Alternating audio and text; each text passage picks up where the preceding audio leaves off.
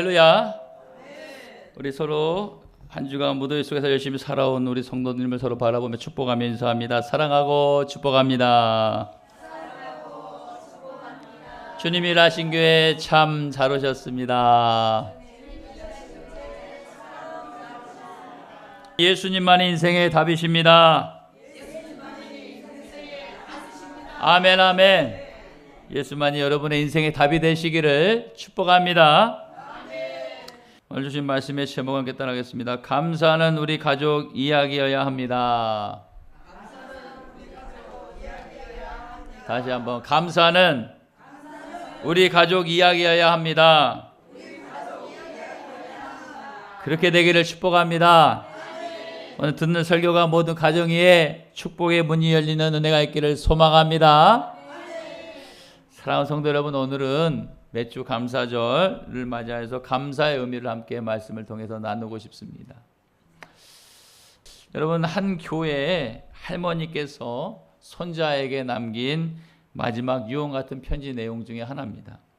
이런 내용이 있어요. 손자에게 이런 뜻을 썼더라고요. 얘야, 나는 부자가 아니었지만 늘 감사했단다. 우리가 매일 먹을 밥이 있었고 가족이 함께 예배를 드릴 수 있었으니까 감사했단다 라고 말했대요. 여러분, 이 편지는 손자에게 평생 잊지 못할 신앙의 유산이 되었습니다. 성도 여러분, 감사는 단지 개인의 감정이 아닙니다. 감사는 세대를 이어주는 가정 이야기가 되어야 될 줄 압니다. 하지만 오늘날 현실은 좀 어때요? 오늘날 현실은 감사가 사라져가는 그런 시대에 살고 있는 것 같습니다.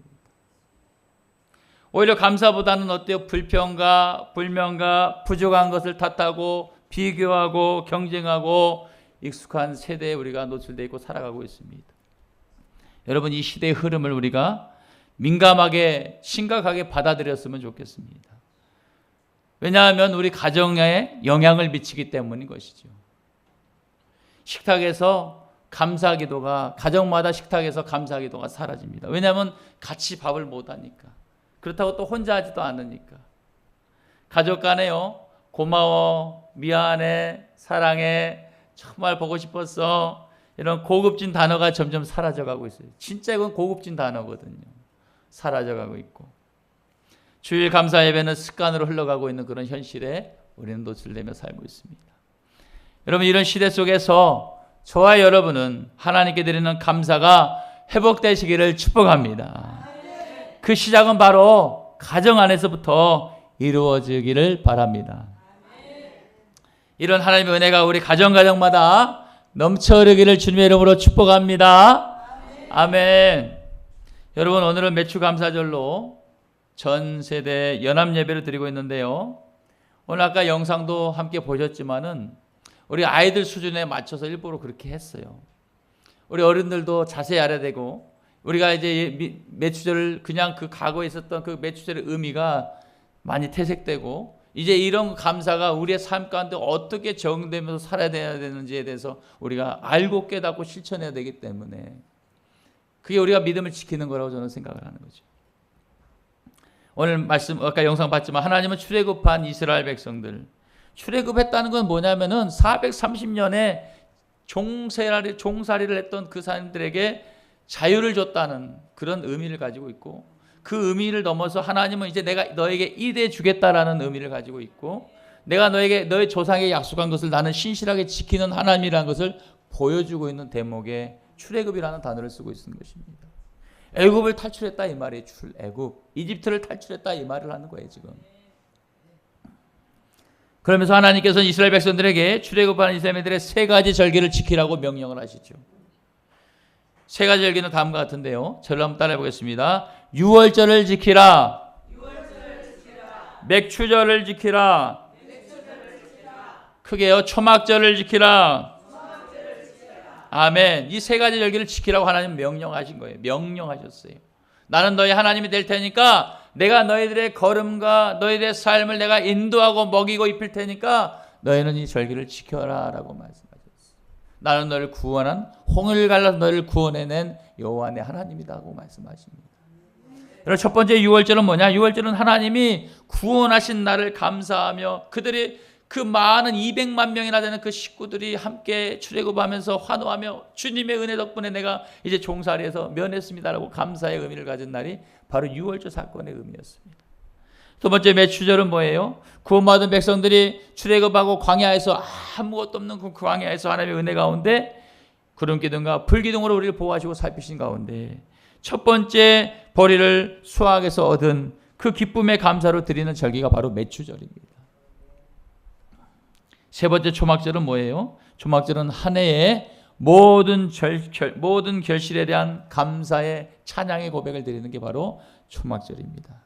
오늘 우리는 이번 주일 날 매추절에 해당하는 이스라엘 백성들이 광야에서 보리를 추수하며 드렸던 첫 감사의 예배에 함께 말씀으로 동참하고 있습니다.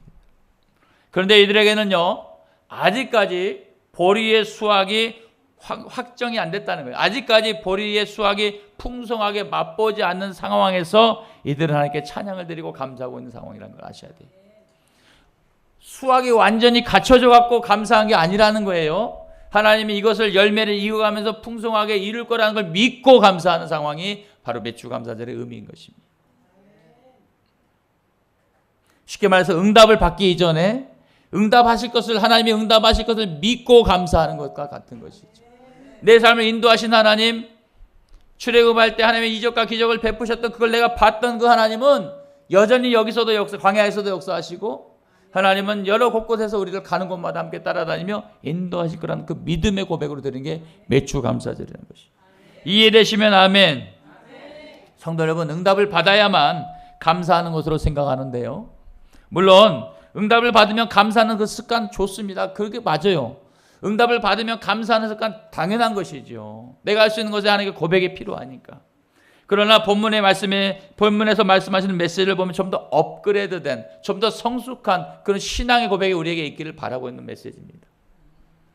결실 이후에 하는 것이 아니라 감사는 하나님이 인도하셨다는 그 사실 하나만으로도 우리는 감사해야 된다는 것입니다. 하나님이 우리를 이곳으로 모아주신 것마저도 감사할 수 있는 은혜가 있길 바랍니다. 하나님이 우리를 세상에서 살던 우리가 이제 세상을 쫓아가지 않고 그래도 내가 하나님의 말씀을 쫓아가 살고 우리 가정의 복음을 내가 받아들이면서 우리 가정에 하나님의 인도하면 출애굽하는 그 은혜를 우리에게 누리라고 말씀하시는 그 감사가 여러분의 있기를 축복합니다. 여러분 데살로니가서 5장 18절을 보면 이렇게 말씀하세요. 범사에 감사하라. 이것이 그리스도 예수 안에서 너희를 향하신 하나님의 뜻이니라고 말씀하고 있습니다. 또 오늘 본문에 오늘 신명기 본문의 11절에 보면은 너희는 하나님 앞에 즐거워하라 라고 오늘 말씀하고 있어요. 오늘 11절 말씀을 화면으로 함께 읽어보도록 하겠습니다. 시작. 너와 내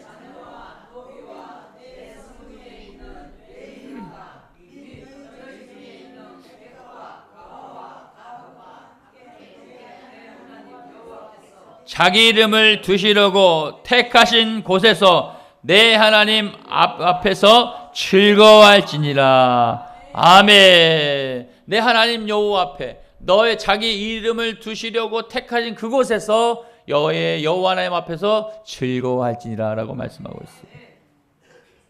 성도 여러분, 감사는 가정이 함께 모여서 하나님 앞에 드리는 예배, 그 예배가 감사의 기준 같아요. 이것이 바로 매추감사절의 핵심이라고 저는 생각을 합니다.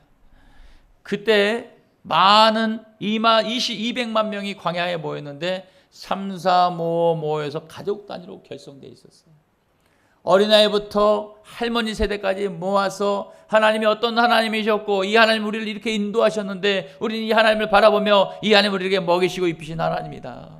우리 그 하나님께 감사해야 되고 지금 저 들판에 익어가는 저 곡식을 봐라. 반드시 하나님은 풍성히 추수하게 이룰 그 하나님을 우리는 바라보며 감사해야 된다고 가르쳤다는 것입니다.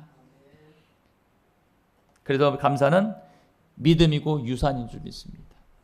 또한 감사는 우리는 이렇게 단지 감정에 감사하면 안 되고요, 분위기에 감사하면 안 된다는 거예요. 뭔가 이루어진 게 감사하는 것은 좀 약간 낮은 수준의 신앙이라고 저는 생각하고 있어요. 물론 그것도 해야 되는 게 기본은 맞습니다. 감사는 믿음의 표현입니다. 감사는 신앙의 전수 방식이 돼야 되는 것이에요. 우리 부모가 감사하면요, 우리 자녀가 당연히 감사할 수밖에 없는 상황이 거기에 있어요. 야, 우리 엄마는 이런 상황, 우리 아빠는 이런 상황에서, 우리 할머니는 이런 상황에서 감사하는 것을 배워지게 되면요, 우리 자녀들은 자연스럽게 감사하는 그런 귀한 존재가 될 줄 믿습니다. 사는 성도 여러분, 기억하시길 바랍니다. 부모의 감사는 자녀의 기준이 된다는 것입니다. 할머니, 할아버지, 할머니의 감사는 우리 손주들의 교과서와 다름없다는 것을 아셔야 돼요. 그리고 가정 안에서 드리는 감사는 결국 교회의 향기로 가득 넘치게 차게 될 줄 믿습니다. 우리 한 분 한 분의 가정마다 향기가 넘치는데 그 향기가 모아지는 게 바로 교회라는 것이에요. 그 교회에서는 누구를 찬양해요? 이 향기를 만들어주신 하나님께 감사하며 찬양을 올리는 게 이게 바로 예배라는 것입니다. 우리는 매추감사절을 그런 의미로 드리길, 우리는 매일같이 매추감사절을, 매주마다 매추감사절의 은혜의 의미가 있었으면 좋겠습니다.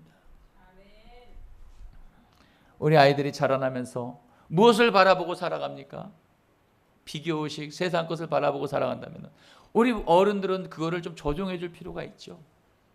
그냥 두는 게 아니라 조정해 줄 필요가 있다는 것입니다. 특별히 오늘 본문이요, 11절 말씀 한번 다시 한번 읽어보겠습니다. 11절 시작.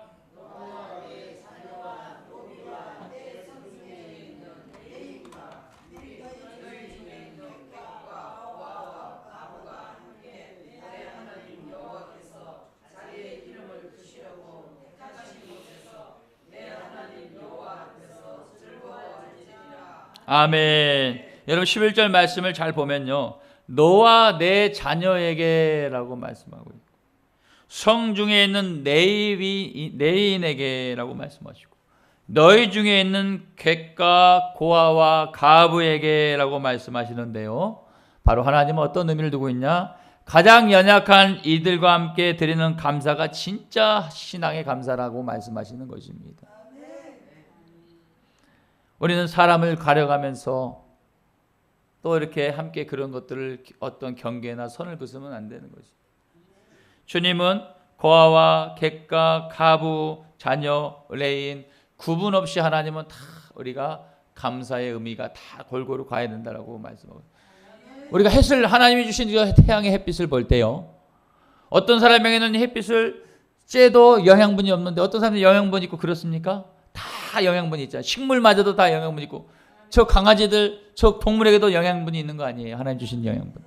그런 의미로 우리는 은혜를 받는 은혜가 있기를 축복합니다. 가장 연약한 이들과 함께 드리는 그 감사 예배, 진짜 하나님이 기뻐 받으시는 감사의 감백주를 감사 예배가 될 줄 믿습니다. 성도 여러분, 말씀을 듣고 우리는 끝나면 안 됩니다. 오늘 들은 말씀으로 그냥 끝내버리면 안 돼요. 오늘 이 맥주감사절 예배가 그냥 끝나버리면 안 된다는 거예요. 들은 말씀을 우리 삶 가운데 구체적으로 감사로 실천할 거리를 만들어서 그걸 통해서 회복이 일어나기를 축복합니다. 그게 중요한 거예요. 그래서 이 시간 세 가지 실천 방안에 그런 사항에 대해서 추천을 좀 하고 싶어요. 첫 번째는 뭐냐? 첫 번째 실천 사항은 가정에서 감사 예배를 시도하면서 해보게 보시길 바랍니다. 감사 예배를 해보라는 것입니다. 이번 매추감사절 주간에요, 가족들이, 엄마 아빠가, 자녀들이 모여서 단 5분이라도 좋으니까 감사의 제목을 나누는 거예요. 그리고 기도하는 거예요. 오늘 어떤 일이 있었어? 이번 주는 어떤 일이 있었어? 하면 물어보면서 감사를 같이 고백하면서 엄마는 이랬고 아빠는 이랬는데 참 이런 것에 대해서 같이 기도하는 것입니다. 그게 바로 가정의 감사의 예배가 기본이 될 줄 믿습니다. 기준이 되는 거예요. 어떤 형식이 막 정확하게 뭐 사도신경부터 주기도문까지 완벽하게 갖추는 그런 예배 말고, 내 자신이 하나님을 바라보면서, 우리 자녀들이 하나님을 바라보면서 감사했던 고백 하나가 모아서 같이 기도하는 것, 그게 감사의 예배 기준이 될 줄 믿습니다. 그리고 자녀와 손주에게 이번 주에 감사한 일 한 가지를 묻고 거기에 대해서 부모님도 같이 나누는 것, 이런 은혜가 우리에게 있기를 축복합니다.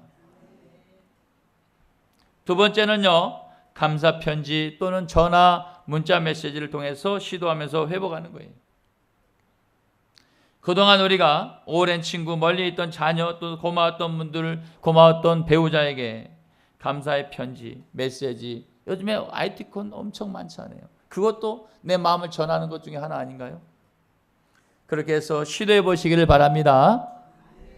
여러분, 감사는 우리 가족의 이야기가 된다니까요. 다른 사람의 감사와 기쁨이 아니라 우리 가족의 감사의 이야기가 돼야 된다는 것이. 우리 성도들의 그런 감사의 은혜가 넘치기를 축복합니다. 세 번째 실천사항은 뭐하냐? 어떤 거냐? 가족이 찬양을 부르기를 시도하는 것입니다. 평소에 은혜 받은 그 찬양 한 곡을 가지고 부모가 흥얼흥얼 하면서 같이 우리 찬양 한 곡 부르자고 할 때 그것이 그 가정에서 향기가 되어서 감사의 은혜가 될 줄 믿습니다. 여러분, 찬양은 누가 받죠? 찬양은 하나님이 받는 거예요. 찬양은 하나님이 받는 거예요. 대중가요는 누가 받아요? 그냥 사람들이 받아요. 근데 찬양은 하나님이 받는 거예요. 우리의 입술을 통해서 못해도 음이 이탈돼도 잘 기억 못해도 우리 자녀와 함께 반주기가 없습니까? 여러분, 핸드폰으로 얼마든지 할 수 있거든요. 유튜브로. 내가 어떤 이렇게 찬양을 원했던 사모했던 그런 찬양곡이 있으면 평소에 그걸 가정에서 함께 틀고 같이 한번 불러보는 거예요. 그러면서 그것이 그 자리가 감사의 추수의 감사절의 예배가 되기를 축복합니다. 여러분, 방금 말했던 것처럼 가정에도 감사 예배 드리는 것, 찬양 드리는 것, 감사 표현하면서 문자 보내고 이런 것들이 작아 보여도 이 감사는 반드시 우리 자녀의 기억 속에 새겨지게 될 줄 믿습니다. 사랑하는 성도 여러분, 말씀을 이제 정리합니다.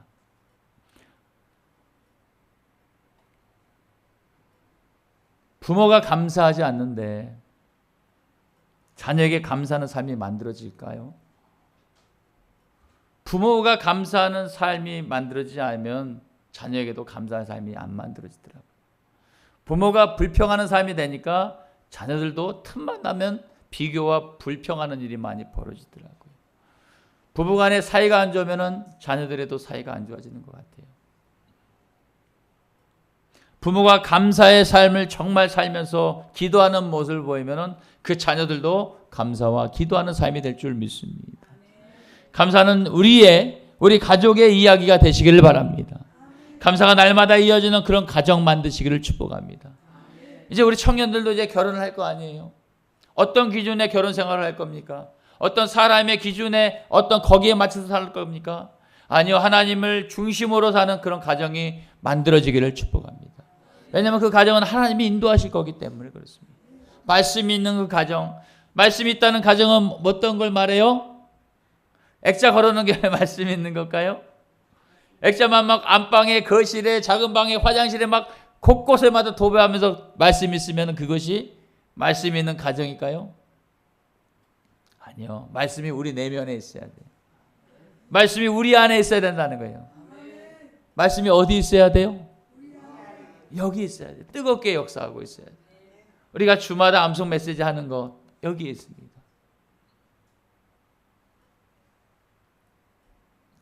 여러분, 감사는 일시적인 말이 아닙니다. 계속해서 이어져야 될 이야기가 되시기를 축복합니다. 어느 분이 그랬대요. 그렇게 원망과 불평하던 사람이 예수님 만나고 나서 계속 감사했대요. 감사합니다. 감사합니다. 감사합니다. 무엇을? 오늘도 눈을 뜨게 하신 거 감사합니다. 오늘도 내가 걸어다닌 거 감사합니다. 오늘도 내 손으로 내가 직접 밥을 먹은 것도 감사합니다. 내가 오늘 혼자 화장실 다닌 것도 감사합니다. 여러 가지를 감사했더니 어떤 열매가 맺어요? 감사할 열매만 맺는 거예요. 열매를 그렇게 심었으니까 좋은 열매를 심었으니까 좋은 열매가 나더라 이겁니다. 여러분, 우리 가정의 자녀의 그런 감사의 이야기가 이어지고 넘치기를 축복합니다. 그리고 그 이야기가 교회가 먼저가 아닌 가정부터 먼저 쓰여지는 은혜가 있었으면 좋겠습니다. 감사노트 연초에 지급해 드렸는데 쓰고 계시나요? 감사노트. 어디 서랍에 넣어놔버렸어요? 차 어디다 포켓 넣어놔버렸어요? 감사의 하루의 감사 제목을 내가 정말 각인하면서 쓴다면은 하나님이 그걸 받으신다는 거예요. 여러분, 이번 매주 감사절 짧게라도 좋으니까 반드시 가족과 함께 식탁에서 함께하여서 10초라도 좋습니다. 10초 금방 가잖아요. 10초 금방 가버리더라니까요. 근데 기도하려면 10초가 오래 걸리죠. 근데 그 10초마저 하나님께 감사 한번 해보세요. 기도해 보시라고요. 그것이 예배하는 절기가 되기를 바랍니다. 이번 절기를 통해서 우리가 우리의 감사가 자녀들에게 충만히 흘러가기를 축복합니다. 우리의 그런 부모의 그런 아름다운 모습이 우리 장년들에게도 또 우리 고등부에도 우리 유아부에게도 거기까지 충만하게 젖어졌어요. 정말 감사의 열매를 풍성하게 맺는 그런 우리 모든 성도님들 가정과 그런 삶의 은혜가 우리 교회 안에 넘치기를 주님의 이름으로 축원하겠습니다. 뿐만 아니라 감사가 다음 세대인 우리 자녀에게 신앙을 만들 것이고 희망이 없어 보이는 이 세상 속에서 우리 자녀들이 빛으로 소금으로 쓰임받을 것이게 될 줄 믿습니다. 열매 맺는 역사가 날마다 일어나기를 주님의 이름으로 축원하겠습니다. 아멘.